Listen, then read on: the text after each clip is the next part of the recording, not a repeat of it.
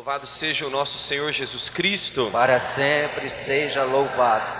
Antes de tudo, quero mais uma vez agradecer, mais uma vez eu digo porque é a segunda vez que estou aqui a convite do Padre Charlie, convite desta paróquia, a estar aqui a falar pouco. Quem estava aqui na Missa da Misericórdia?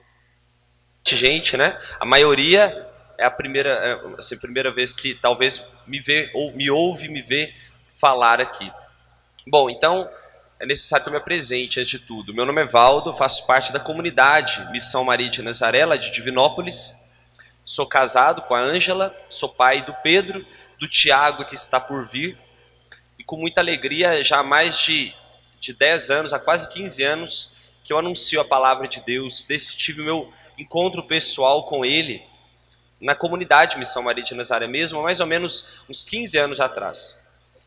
Bom, nós vamos hoje partilhar um pouco do tema, o tema que me foi proposto desse cerco de Jericó, desse segundo encontro do nosso cerco de Jericó, é a renúncia dos males espirituais e comportamentais. E por mais que eu tivesse me preparado e me debruçado nesse tema para falar para vocês hoje, mais do que eu já fiz, tivesse estudado o dia todo para falar aqui para vocês, ainda seria insuficiente em comparação com a liturgia de hoje. A liturgia de hoje é mais do que suficiente para poder abordar a renúncia dos males que assolam a nossa vida espiritual e comportamental. Onde a gente pode identificar isso? Já na primeira leitura. A primeira leitura é tirada do livro da sabedoria, escrita provavelmente pelo rei Salomão, que é aquele rei que todo mundo sabe, que quando Deus o perguntou o que ele gostaria de ter para governar bem o seu reino, ele pediu um coração sábio, ele pediu o dom, a virtude da sabedoria. Então, este rei, filho de Davi, extremamente sábio, soube julgar bem, ele, nessa leitura que nós lemos hoje, ele nos orienta como lidar, como renunciar os nossos males espirituais.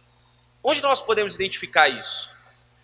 Nessa leitura aqui, o autor, ele fala sobre a beleza que é a sabedoria. Só que nós às vezes temos a tendência de pensar que sabedoria aqui é alguém que sabe muito. Sabedoria é alguém que domina muito conteúdo.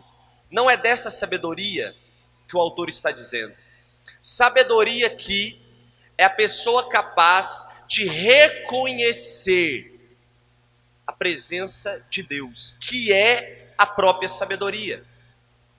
Eu, por exemplo, um exemplo de que Jesus é a sabedoria, pelo método de São Luís Maria de Montfort, existe uma consagração a Jesus, por meio de Maria, e na carta que nós escrevemos ao fazer essa consagração, vai uma oração dirigida a Jesus a dizer: ó sabedoria encarnada. Para dizer que o verbo, né, no grego o logos, o sentido da nossa vida, a sabedoria que se fez homem, que é o próprio Jesus. Aqui a sabedoria é a presença de Deus. E o que seria o contrário da sabedoria? Seria não necessariamente a ignorância, porque a ignorância é não saber das coisas, certo? Então, por exemplo, aqui não é a sabedoria da pessoa que sabe muito, mas a sabedoria do reconhecer quem Deus é. Então aqui, o contrário de sabedoria, nesse caso, é a idolatria, não a ignorância. E o que seria a idolatria? Nós vamos entrar no que isso nos ajuda a renunciar os males espirituais da nossa vida. O que seria a idolatria? Tem muita gente que vai dizer que o fato de você estar aqui adorando aquilo que para nós é Jesus, claro, a Eucaristia, seria um gesto de idolatria. Tem gente que vai além ainda, porque de fato nós adoramos o Deus que cremos estar ali, corpo, sangue, alma e divindade. Mas há pessoas que olham, por exemplo, para essa imagem, ou para esta imagem, ou para aquela imagem, ou para tantas outras que tem aqui, em qualquer outra igreja, talvez na sua casa, e vai dizer: você é idólatra. Por quê? Porque você levanta imagens, porque você dobra o seu joelho diante de imagens. Isso não é necessariamente idolatria. Idolatria eu digo isso para você, para que você possa repreender todo tipo de pessoa que disser que você é idólatra. Idolatria é quando nós colocamos alguém ou alguma coisa no lugar de Deus. Isso é idolatria, veja bem. Idolatria é quando, por exemplo, aquela menina começa a namorar e ela deixa de ir à missa para ficar com o namorado. Isso é idolatria. Idolatria é quando você está em casa e deixa de fazer as coisas de Deus para assistir o seu jogo de futebol. Isso é idolatria, porque você está colocando o futebol no lugar que é de Deus. Compreende? Idolatria é aquela pessoa que às vezes coloca uma imagem e diz é Deus. Pode ser. Se de fato você encarar aquela imagem, ou aquele símbolo, aquele sinal, ou aquela pessoa como Deus. Tem muita gente, por exemplo, que tem a televisão como Deus na sua casa. É a televisão que ensina, é a televisão que governa, é a televisão que está no centro da casa. Ela é o Deus da casa. O padre, antes de entrar, o padre Tiago me disse uma coisa extraordinária. Ele disse o seguinte: eu quero levar cada vez mais as pessoas na missa à noite para deixarem de assistir televisão. Imagino que, com certeza, deixar de assistir novela, por exemplo. E digo mais, até telejornal, que mais desinforma do que informa muitas vezes, diga-se de passagem. Mas ele diz, queria que as pessoas deixassem de ver televisão. Por quê, meus irmãos? A televisão muitas vezes é o ídolo das nossas casas. A televisão ocupa muitas vezes o lugar de Deus na nossa casa. E até eu estou dizendo a televisão, talvez não é assim na sua, mas quais os ídolos você ergue nos altares do seu coração? Quais os líderes você, ou melhor, os ícones, os ídolos, você eleva no trono que quem deveria sentar era o próprio Deus? Às vezes, como eu disse, é alguém. Tem pessoas, porém, na adolescência é muito comum, né? Ter ídolos, não é verdade? Na adolescência é muito comum, é interessante, sabe o que é? Que a gente faz muito retiro para adolescente. E eu escuto vários testemunhos de adolescentes que depois tiveram essa experiência com Jesus, arrancaram os pôsteres dos seus ídolos, porque compreenderam que Jesus é o ídolo dos ídolos, é o Senhor dos senhores, e não há ninguém que ocupa o lugar dele na vida daquela pessoa, porque se converteu. Então na primeira leitura fala-se da sabedoria como algo contrário à idolatria, que é colocar alguém ou alguma coisa no lugar que é de Deus. Sabedoria é então considerar Deus sendo Deus. Deus é Deus na sua vida.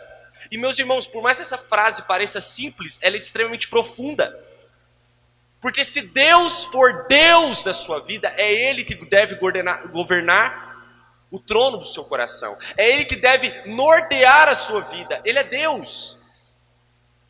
Muitas vezes você diz, é Deus, mas não Deus na minha vida. Isso acontece. Eu reconheço Deus, eu acredito em Deus, mas eu não deixo Ele ser Deus na minha vida. Porque para Ele ser Deus na minha vida, os ídolos têm que cair por terra. É por isso que é elevado um altar. É por isso que a Igreja Católica tem altar. Porque aqui, acima de tudo, está o nosso Deus.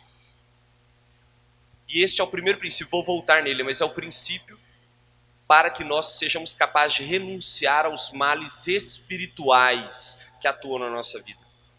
Mas não é só de espírito, porque nós não somos só espírito. Nós somos seres humanos e nós precisamos também renunciar aos males comportamentais. E para renunciar aos males comportamentais, um dos remédios extraordinários que Jesus revela no Evangelho de hoje é o perdão. O perdão não é algo simples. O perdão exige esforço. Perdão exige humildade. Às vezes você diz assim, e é muito comum isso, quando alguém é arrogante com você, quando alguém peca contra você, E você depois sente aquela raiva natural, mas depois você sente, se é cristão, se é católico, você sente uma necessidade de reconciliar com aquela pessoa que te magoou. Mas é muito comum a gente sentir, ou até mesmo ouvir na nossa cabeça a frase assim: mas que isso? Quem errou foi ele. Quem tem que pedir perdão é ele. Quem tem que dar o primeiro passo é ele. E quando alguém te ofende, a primeira coisa que te vem é: quem aquela pessoa pensa que é para falar assim comigo? E aquilo vai alimentando um rancor dentro de nós que nos impede de perdoar. Esse rancor, meus irmãos, é uma enorme muralha na nossa vida comportamental, no nosso relacionamento com o próximo. É óbvio que é. E não precisa ser psicólogo para falar isso. Não precisa estudar 5 anos de psicologia para falar isso aqui para vocês.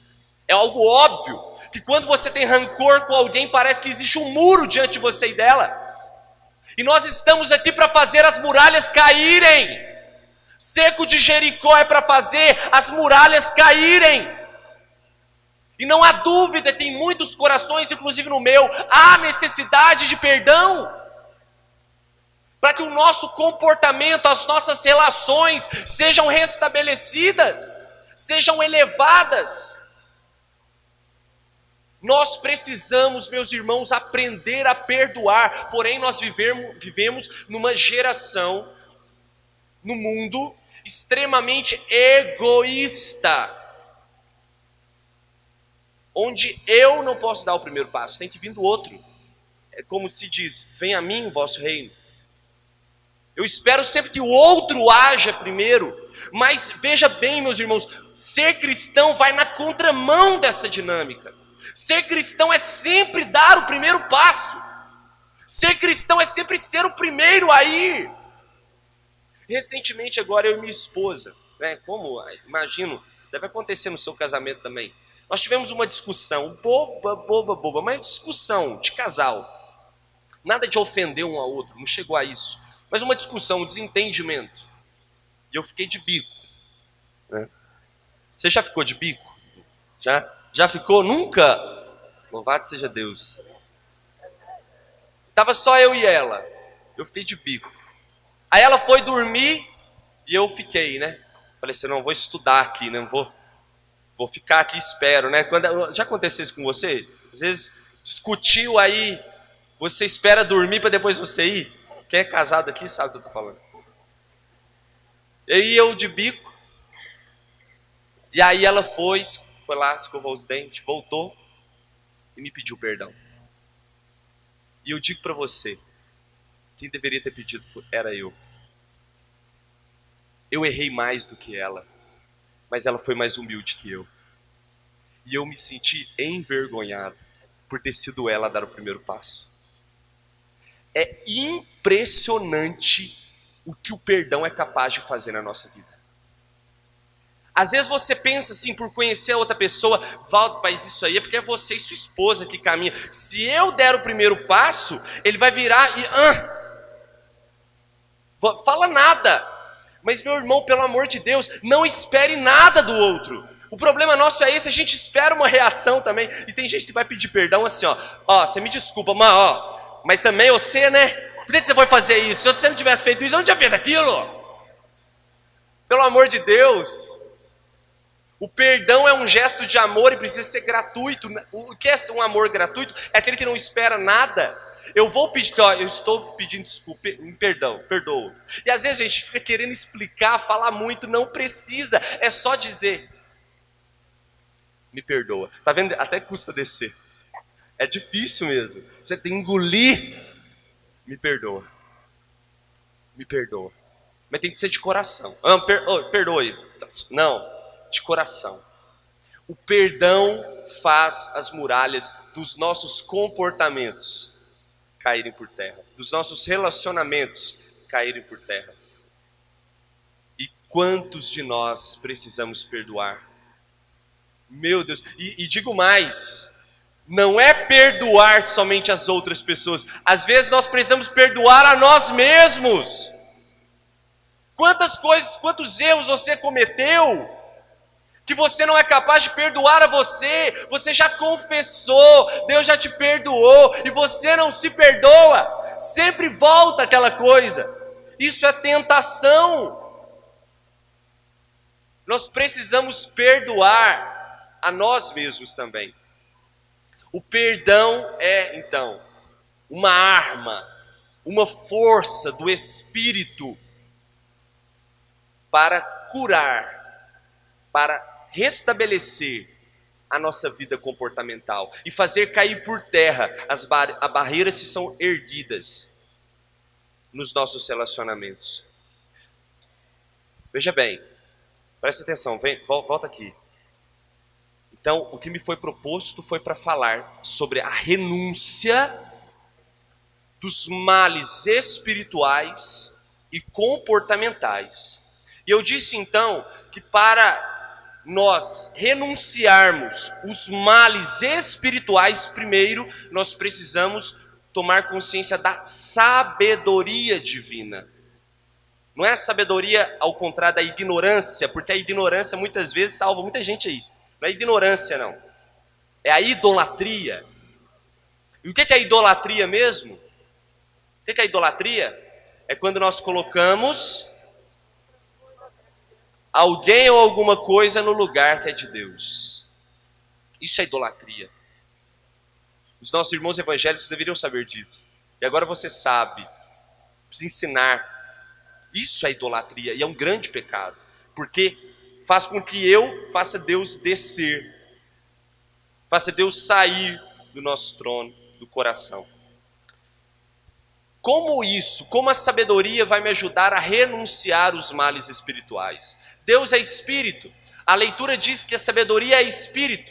É a presença do Espírito de Deus em nós. Como a sabedoria nos fará renunciar os males espirituais, meus irmãos? E quantos males espirituais nos assolam? Quantas tentações do maligno? Quantas coisas espirituais muitas vezes nós somos levados? Por exemplo, um mal espiritual tremendo, que é a cobiça, que é a inveja. Um mal terrível, que é a depressão. Nós vamos aqui, esse ser Jericó, nós vamos rezar diante de Deus, da sabedoria encarnada, que é o próprio Cristo. Nós vamos diante dele pedir para que faça com que caia por terra as muralhas que tem nos impedido de alcançar o nosso Deus. Os males espirituais, mas também os males comportamentais. E eu pergunto para você e responda no seu coração. Hoje, você precisa do perdão. Responda no seu coração. Se você precisa se perdoar de alguma coisa concreta. Pessoas, por exemplo, magoadas, depressivas, são pessoas que precisam muito do perdão próprio. Pessoas carentes. Quantas pessoas hoje se sentem carentes, necessitadas da presença do outro? Precisam ser curadas, muitas vezes no perdão. Perdoar a si e o próximo. Pessoas que criam expectativa em relação ao outro, e as expectativas geralmente não são alcançadas quando nós confiamos nas pessoas. Os males espirituais e os males comportamentais, que precisam ser renunciados nessa noite, porque é para isso que você veio aqui. E para terminar, o Senhor nos apresenta.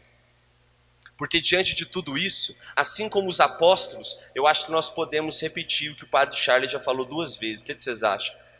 Vamos repetir junto? Qual que é a frase da semana? Repete: diante de tudo isso, assim como os apóstolos que nós falamos para o Senhor.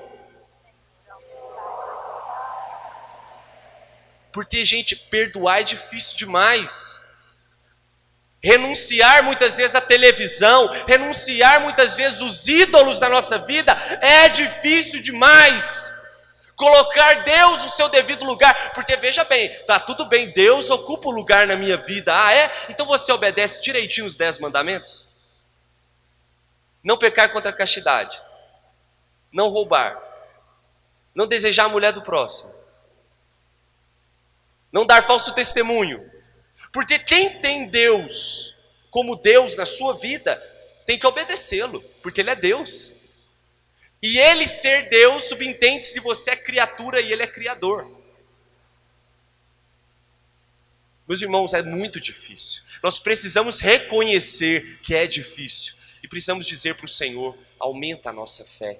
Mas aí Ele nos diz nessa noite, para consolar o nosso coração, se a sua fé for do tamanho de um grão de mostarda, você vai dizer, e olha que maravilha isso, você vai dizer para essa amoreira, arranca-te daqui e lança-te ao mar, e ela fará isso. Em outro momento vai dizer, diga para essa montanha, saia daqui e vai para lá. Não é assim em outra parte do evangelho? Mas por que a amoreira? Por que não a oliveira? Por que não a figueira, mas a amoreira? Eu acho que é a única parte na Bíblia que fala de amoreira, eu acho. Eu não me lembro de outra, pode ter outra, mas eu não me lembro. Por que a moreira? Sabe por quê? Aí você tem que investigar a moreira, para saber o que Jesus está querendo dizer. A moreira é uma árvore de raízes profundas. E arrancar uma amoreira não é a coisa mais simples do mundo. E dizer para uma amoreira, saia daqui, ou seja, desse solo, e lança-te ao mar, é dizer o quê? É dizer ao que é o seu coração, tire as raízes deste mundo e deposite as suas raízes no oceano da misericórdia de Deus. Muitas vezes nós colocamos as nossas raízes, a nossa esperança, a nossa fé nas coisas desse mundo. Nós precisamos ter fé para tirar o nosso coração enraizado aqui e depositá-lo no oceano do coração de Deus. Meus irmãos, esse é o sentido. Nós precisamos aprender a arrancar, a renunciar esse coração enraizado nas coisas do mundo e buscarmos as coisas de Deus. Você fez isso hoje. Diga-se de passagem, você poderia estar na frente da televisão, como o que o padre Charlon quer. Você poderia estar fazendo tantas outras coisas, mas você decidiu depositar o seu coração, a sua amoreira que dá frutos doces, no coração da Eucaristia, na presença do nosso Deus, em plena segunda-feira. Se é tão difícil assim, aumenta a nossa fé. Jesus está dizendo, você, meu irmão, já fez isso hoje. Você com a fé desse tamanhozinho igual a minha, você fez isso hoje, você tirou o seu coração das coisas desse mundo e trouxe ele aqui. Sabe o que Jesus está querendo dizer para você? Eu estou feliz por você estar aqui. Faça isso mais vezes. Eu estou muito feliz que você tirou o seu coração do mundo e o trouxe até os meus pés. Faça isso mais vezes. Mesmo com a fé desse tamanhozinho aqui, ó. Sabe o que é o curioso? A última vez que eu estive aqui, a palavra que eu preguei foi sobre o grão de... Não foi esse evangelho, mas também foi sobre o grão de mostarda. Que quando cresce, dá galhos tão grandes que pessoas podem colocar os seus ninhos sobre eles. Eu me lembro. Deus está dizendo para nós, meus irmãos, apesar da nossa fé, enraize o seu coração no coração do nosso Deus. Quero convidar você a fechar os seus olhos. Respira fundo. E nós faremos agora uma oração de renúncia, mas nós faremos da seguinte forma. É uma oração longa. Então eu vou rezar, preste atenção. Com os olhos fechados, preste atenção.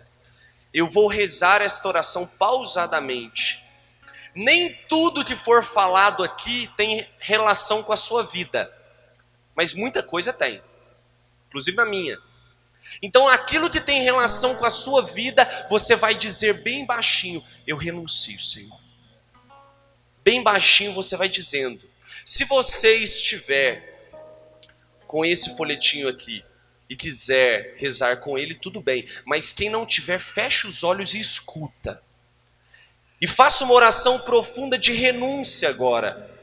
Porque você nesse momento renunciando a todos esses males de ordem espiritual e comportamental, no momento em que o Senhor, o Santíssimo, a sabedoria encarnada, passear no nosso meio, não tenha dúvida, aquilo que você renunciou será arrancado do seu coração e depositado no coração dele.